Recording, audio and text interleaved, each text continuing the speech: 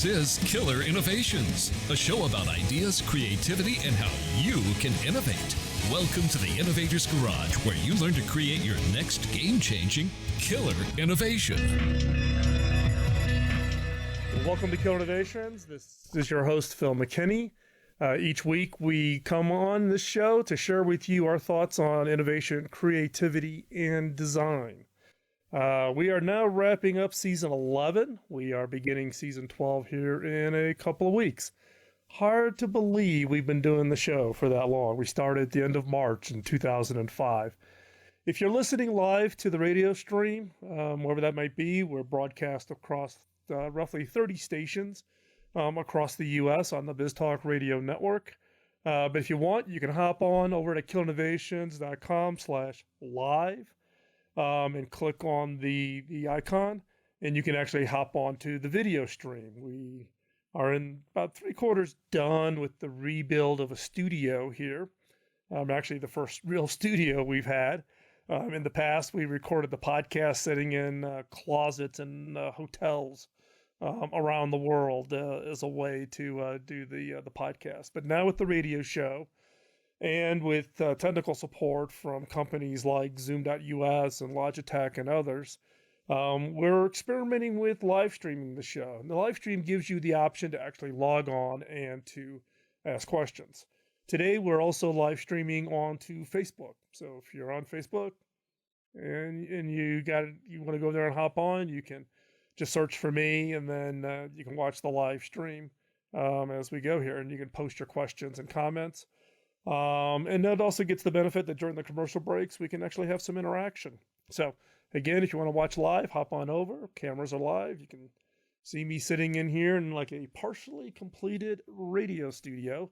The construction work is done, but we don't have any furniture yet.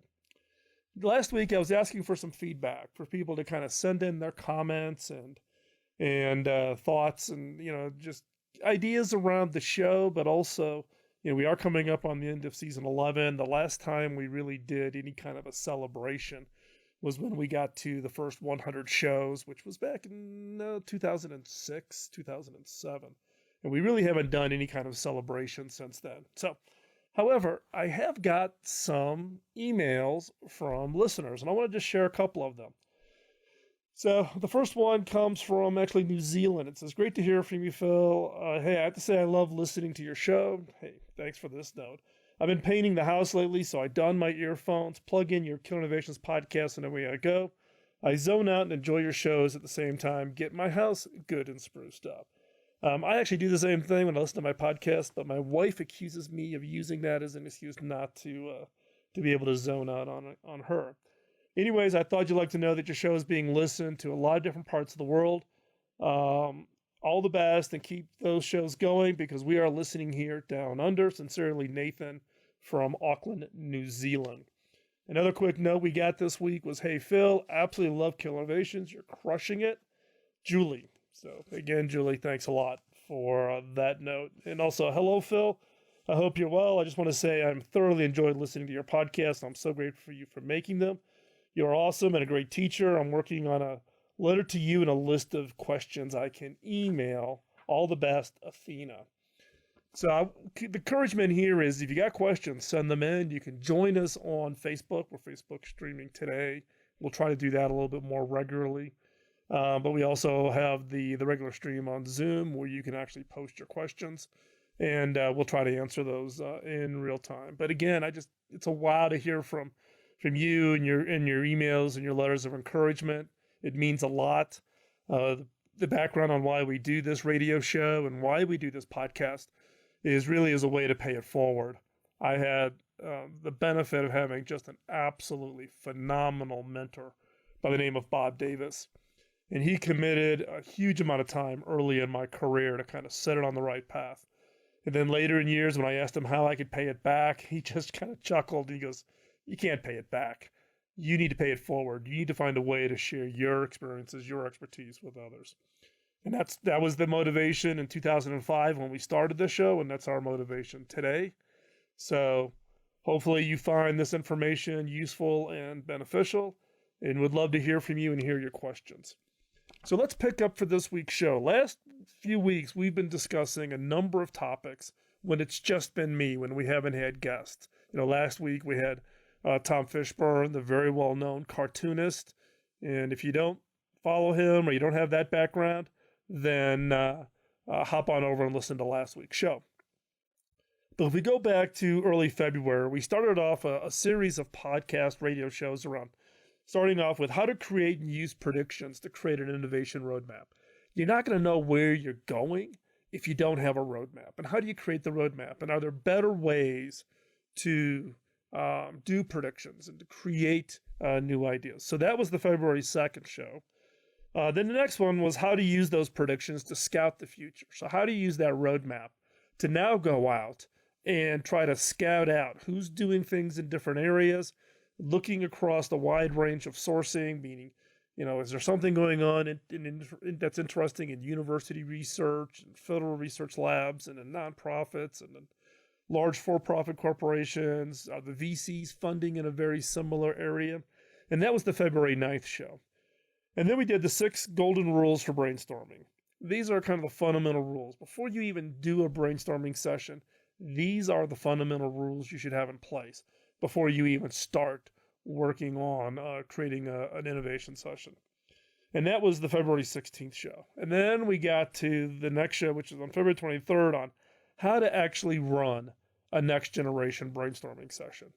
This isn't the traditional brainstorming session where you put 10 people in a boardroom and crank out a bunch of ideas, and then you got 200 or 300 ideas. You got nothing to do with it. What do you do with a list of 200 ideas? Do you type them up? Do you send them around in an email? If you do, what happens next? Nothing happens. All those emails get stuffed somewhere and there's no progress made. And, if you look back, a lot of people view those innovation sessions as just total busts. They're just not going to be the successful. So in that February 23rd show, we actually showed and walked you through how to run what I call this next generation brainstorming session. And this is really around not only how do you set the session up, but how do you run it? And then the most important step is ranking the ideas. So how do you rank the ideas? Well, that's great. Now you got these 3 or 4 really great ideas that came out of the brainstorming session. What do you do with them, right? Now, before we start stepping into today's topic, if you have not listened to these podcasts starting back to February 2nd, the recordings of the radio show, that's what the podcasts are, then I would encourage you to go back and listen. And in each of those shows, there's bonus material. There's free downloads, like an actual example of an innovation roadmap, what they look like, and how do I present them normally from the standpoint of conveying that information to an audience. Or the scouting checklist. How do you create the scouting checklist? To what are those golden rules for running a brainstorming session? And then the one that's by far been the most popular download since I put it up there is the exact timelines, the exact structure, the exact process I go through when I'm running a brainstorming session. So you can go grab those. They're free. You can download those. So you want to go over back to killerinnovations.com and then just go through the show starting with February 2nd and then just work your way through. Okay. So this week is now you've got your 2 or 3 ideas that come out of that brainstorming session. What do you do with it? Right.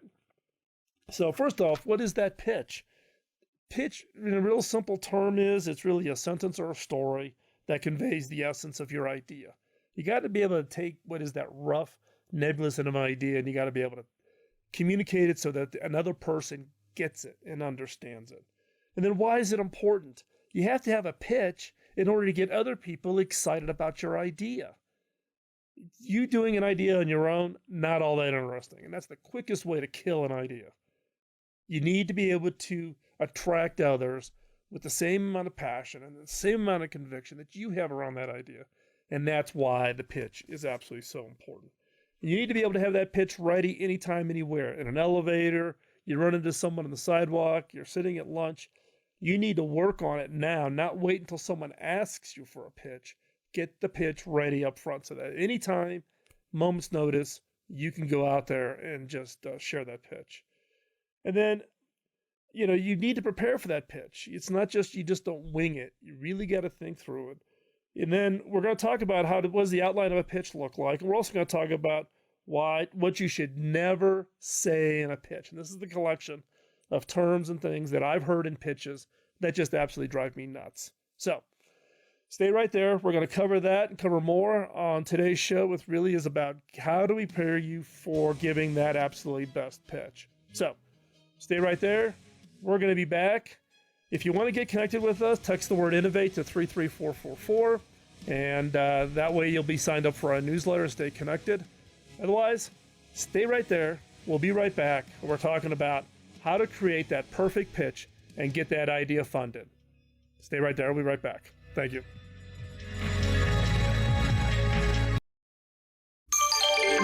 Biz Talk Radio.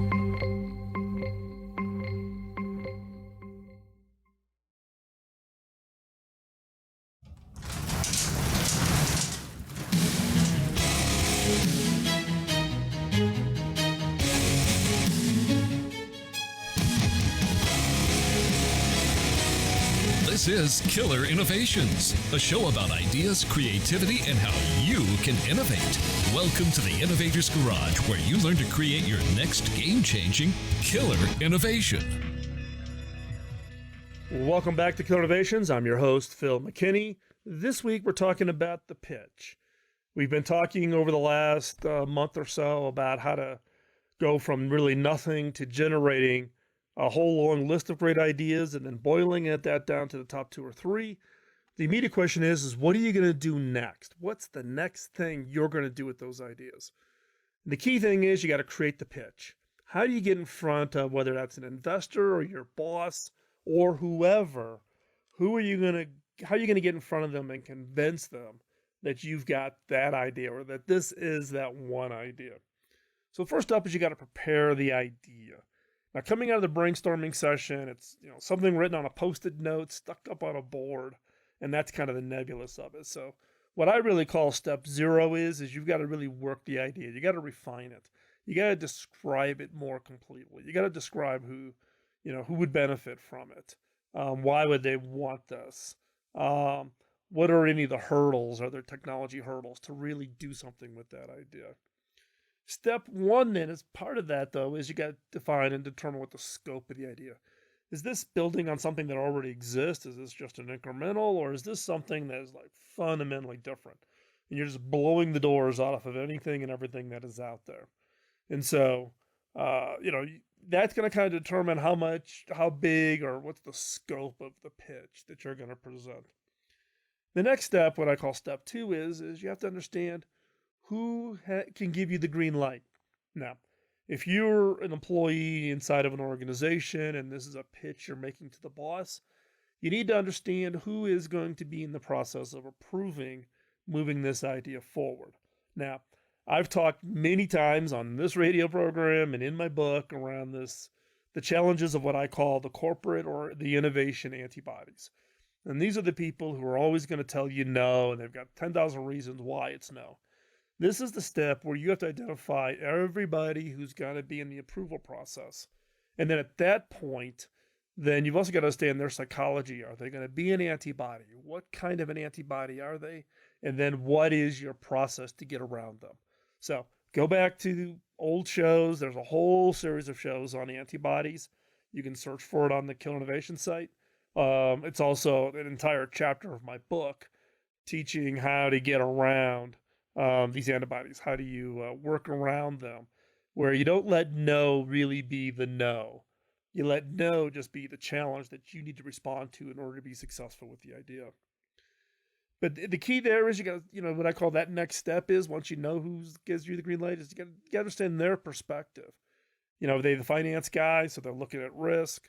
Are they someone in a leadership role that maybe runs the innovation team and feels threatened that you came up with the new idea? It's what we call an ego antibody.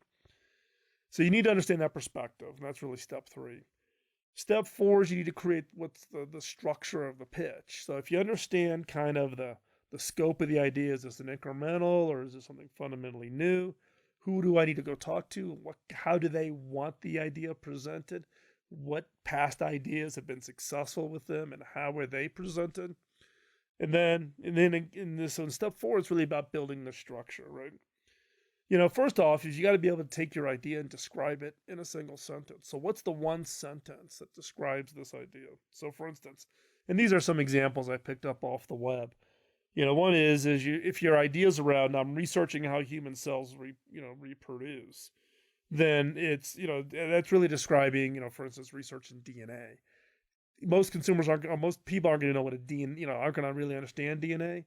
So you use that one sentence description. Another one is in the computer world, we'll say defragmenting, hard drives. Well, 99% of people don't even understand what defragmenting a hard drive is. Your one sentence description there is, it makes computers run more efficiently.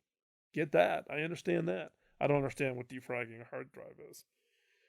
And there's a whole, there's this process of, we want to get in and talk technical, you got to simplify it. So first off, in the structure is create that one sentence description around what that idea is. And then take that one sentence and start building out your actual pitch.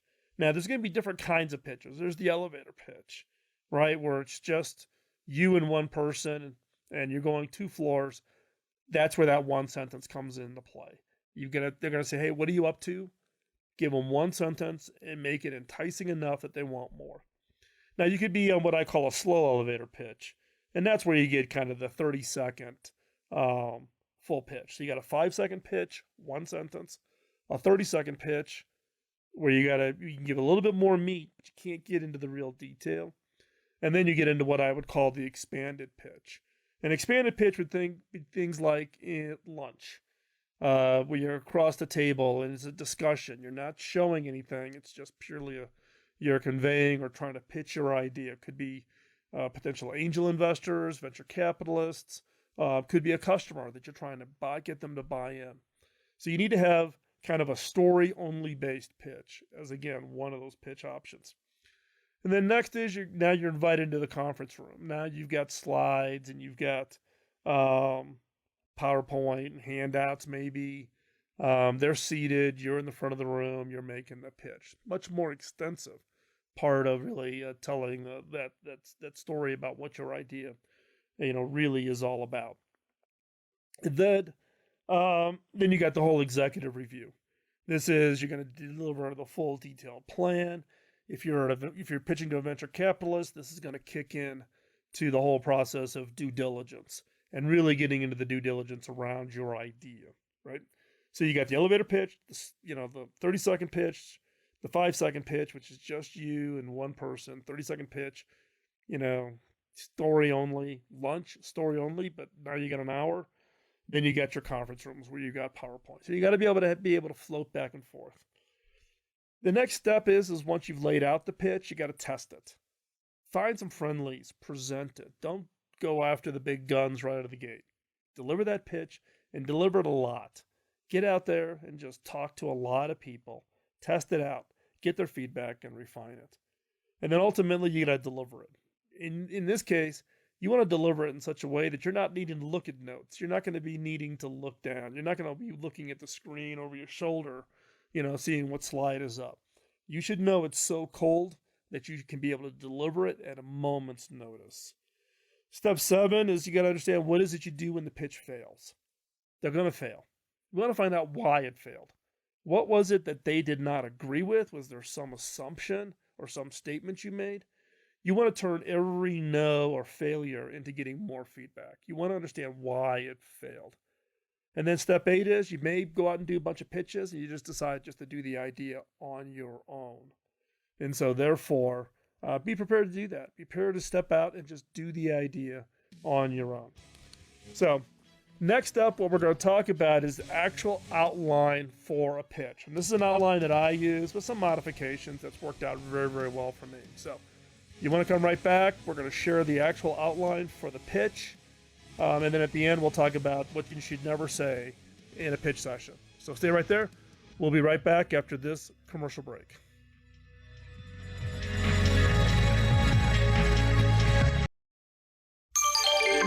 Biz Talk Radio.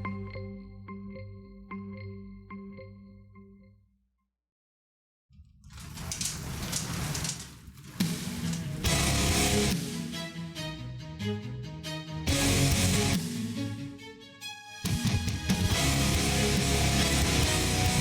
is Killer Innovations, a show about ideas, creativity, and how you can innovate. Welcome to the Innovator's Garage, where you learn to create your next game-changing killer innovation. Well, welcome back to Killer Innovations. This is your host, Phil McKinney. We're picking it up here in the third segment, talking about how do you present your pitch. You've got a great idea. You've got it written down in your notebook. You've come up with it through some method, whether it be a brainstorming session or your own ideation activities that you do in the morning. Whatever that mechanism is, you got this idea. Now you've worked on that pitch. You've refined the idea. Now you actually got to put that pitch together. You want to be prepared so that when someone asks you about that idea, that you can be really crisp, really snappy with a description around that idea that gets them hooked to the point where they're going to say, hey, I want to know more, or I want to invest, or I want to buy that product from you.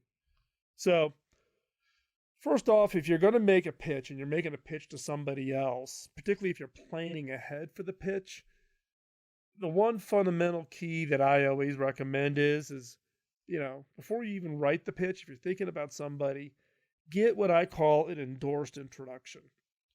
Know who you're going to talk to and tailor the pitch to them.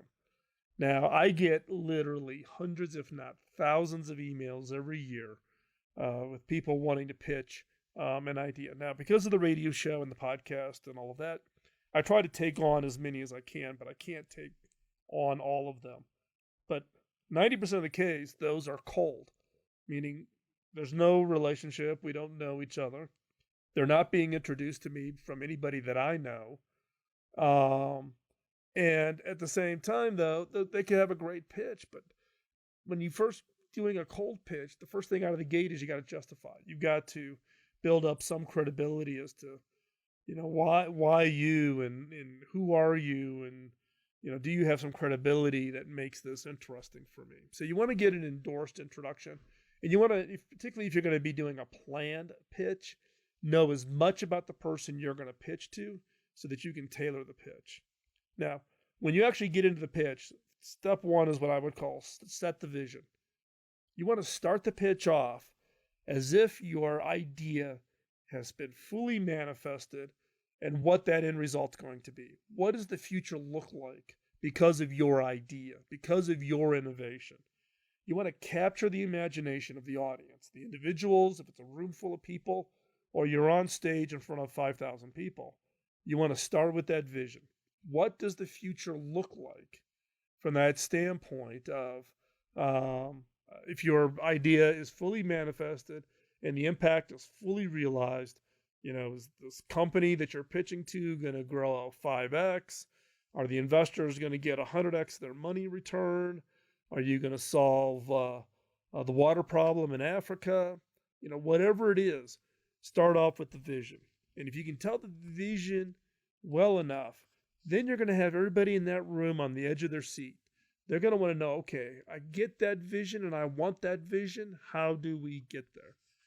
And so step two is you need to be able to then describe your idea. You decide your vision, and then you want to be able to describe the idea. Why is it? What is it that you're working on that's going to help that future become real? And you want to make it really 1, 2, maybe 3 sentences, but something that the audience can actually remember, and they can actually repeat it to people they run into. They can say, hey, I just saw this pitch, and this guy had a great idea, and it did X. What's that one sentence? Maybe 2, maybe 3, but I wouldn't even think of the 3 sentences. And you want to start that off right after you set the vision. Here's what the future looks like, and here's what I'm working on. And it's that piece that gets connected.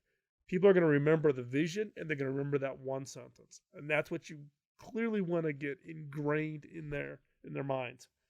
Step 3 then is to list the benefits or the impact. What's the impact that this is going to have? Now, this is a little bit different order than most people think about it. They want to get out there and say, here's what I'm working on, here's the benefits, and here's how it's going to be impact. I flip it. Vision first. What is it with one sentence? Then you get into what are all the benefits? What's the impact from this thing that I'm doing, what's it going to have on the overall, on your organization or on your investments or on the society or on countries, whatever that is. But you do that after you've set the vision and after you've set what it is you're working on.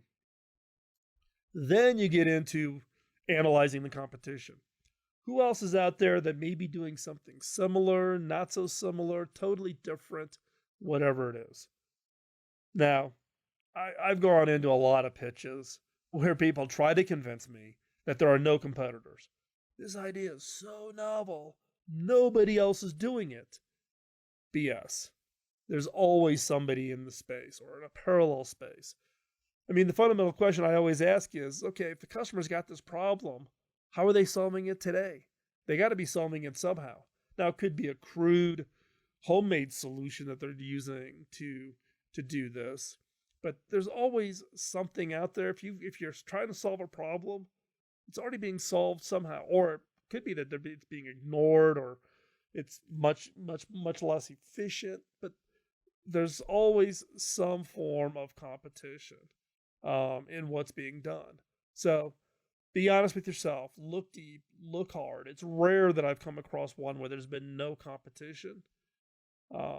So, think about it really hard. Understand who you're up against. Understand what it's going to take to get them to stop doing what they're doing now and to do it your way. And then the fifth step after you've kind of shared the competition is to share with them why you. Why should you be the person that they should back? Why is it you that came up with this idea versus somebody else coming up with this idea? Why is it that they should hop on your horse for success rather than making a different decision?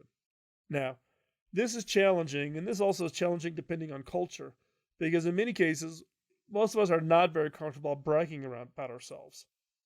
We're not big on talking about, why me, and I'm the best person at this, and I'm an expert in that. But in this case, you got to tell a little bit about you, and if you've got a team, about your team. So again, you got to tell them, you got to convince them why you're the person that they should be backing. Not somebody else, but you. And what does that really mean? In many cases, this step 5 really becomes the make or break in a lot of pitches, right? You may have a great idea, but I'm not convinced you're the person to execute. I'm not convinced you've got the passion, or I'm not convinced that you've got the transparency, meaning, you're not going to play games. You're going to work with me as an investor, and we together are going to make this idea successful. So this telling why it should be you is absolutely one of the most critical segments of your pitch. Now, you don't want to go overboard. Critical doesn't mean you spend a majority of the time. Critical means is you need some proof, some quick proof as to why you're the person that should be backing this idea, right? Whether it's a previous job you've held, the success of a previous product or idea that you came up with that had, broad impacts, that is what you need to do in this piece. The next step is you want to flatter the person that you're pitching to. If you're pitching to a company, or you're pitching to your boss, or you're pitching to an investor, know their background, know where they've been successful, know what value they bring to the equation. If it's a VC, hey, I see that you've invested in these 5 companies and you sit on these 3 boards, and those companies have been wildly successful. I would love to work with you to get that expertise to contribute to this idea to really turn this into something that's totally transformative. Flattery does work. Most people say they don't like it. Flattery works. And then the last step, 7, is summarize and close. When you get it all done and you've made the pitch, what's the ask? What are you asking for? Are you asking for money, meaning make an investment? Or are you asking for permission to use resources inside the company to actually do something with this idea? What's the ask? I cannot tell you how many times I've got to the end of a pitch and there's no ask. So you sit there for an hour and you're like, what am I doing here? Why are we even having this conversation if there's no pitch, if there's no ask? So again, that's the last. You want to get to the end, summarize it, and you want to get to that ask. You want to be clear about what it is you are asking for. And so with that, we're going to take another quick commercial break. And next up, we're going to talk about what is it you should never say in a pitch session. And believe me, I've heard them all. Some of them absolutely shocking. So we're going to tell some war stories in the next segment. So don't go anywhere. We're going to be right back after this commercial break. And you're listening to Killer Innovations on the BizTalk Radio Network. BizTalk Radio.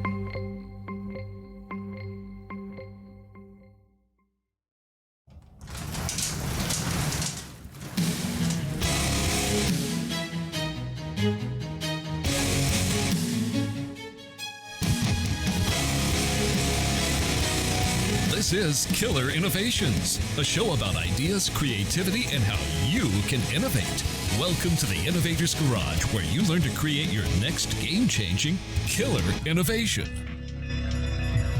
Welcome back to Killer Innovations. I'm your host, Phil McKinney.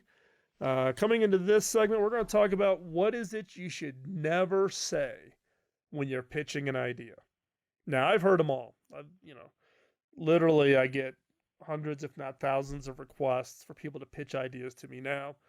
And in my role when I was a chief technology officer at Hewlett Packard, we would look at roughly 3,000 ideas a year came through an organization we call the Innovation Program Office. And these ideas come from employees, come outside from third parties, university researchers, etc. 3,000 a year. And not all of those would come in and result in a pitch, but we'd have literally hundreds of pitches. Invite a company in, pitch their idea, pitch their technology. And look, if HP picked your product, and it went into laptops, you're going to go into 40 million laptops. That's a pretty big, carrot out there for people. So I've seen literally thousands of pitches. So I've collected up, this is both my list and some list of other people that I've talked to, about what were some of the most outrageous things that people actually said in a pitch. So first up is what do people say when they first are standing up in the front of the room to start the pitch? And I can't tell you how many times I heard this. The person stands up in front and they go, "So, how's everybody doing today?" Okay, we're not here to talk about the weather. We're not here to talk about, how everybody got here and where did you drive from. You want to take advantage of that first 1 or 2 minutes and really grab the people's attention. You either want to ask them a question to get them engaged right out of the gate. That sometimes works and doesn't work. You want to say something startling, or you start right into your vision. And I prefer to start right into that vision. Don't delay the time. Don't take the energy out of the room by all of a sudden asking somebody, "Hey, so how's everybody doing today?"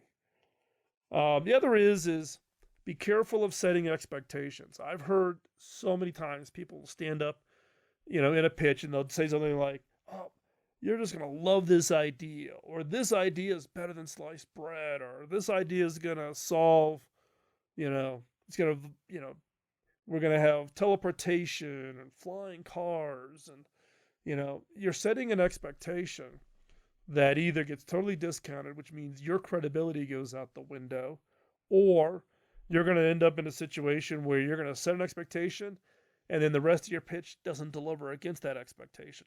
So be careful. Don't set that expectation in the pitch. Let them come to their conclusion that this is fantastic. This is some great stuff. This is just unbelievable. Make it, prove it out. Don't try to set that expectation early. The other is I've been in so many pitches where they come in and they hand out the handouts, including the full slide deck that they have not even presented as of yet, right? And then a person stands up and says, "Oh, they're handing out the presentation, and what I'm going to do is I'm going to cover all the material that's in the materials, the handouts they just gave you." Well, then my immediate question is, so why are you here? Why are you even pitching? Just send me the material and I'll read it. If there's no value in having you as a human in the room, then don't waste my time. What I do is I would never hand out handouts ahead of time. I may say up front, hey, we've got a little bit of leave behind material after, but let's get into the discussion. And you get them to focus on you, and you get them to focus on whatever you're showing. Now, in my cases, for my speeches, and you can go over to SlideShare, and there's a bunch of them over there for downloads, and you go out to YouTube, and there's a bunch of videos of me, giving my talks. You'll notice that I don't put many words. In fact, probably 75 or 80% of a slide deck for me, where the slide is only a graphic, meaning it's an image of something. It's not a pie chart or a bar chart or bullet points. I use very little text. Because what I want the audience to focus on me and listen to me, not be looking at the slide that's up behind me. And so, doing handouts before you even talk, people are going to be flipping through the handouts. They're going to be reading it, not listening. You haven't created that emotional connection, and the emotional connection in any talk, especially in a pitch, is absolutely critical. You have to build kind of that rapport and that trust and that relationship. The other one I hear, and I hear this a lot, and it is a little frustrating, is I've poured my whole life into this idea. Blood, sweat, tears. I've even had some people come in and say, I've sacrificed my marriage, and I've sacrificed, I've put my kid's life on hold because I believe so much in this idea. If you're thinking that's a selling feature to me, that's not a selling feature. That is not going to win any kind of persuasion points for me to come in and pitch, and select your innovation or your idea. Not going to happen.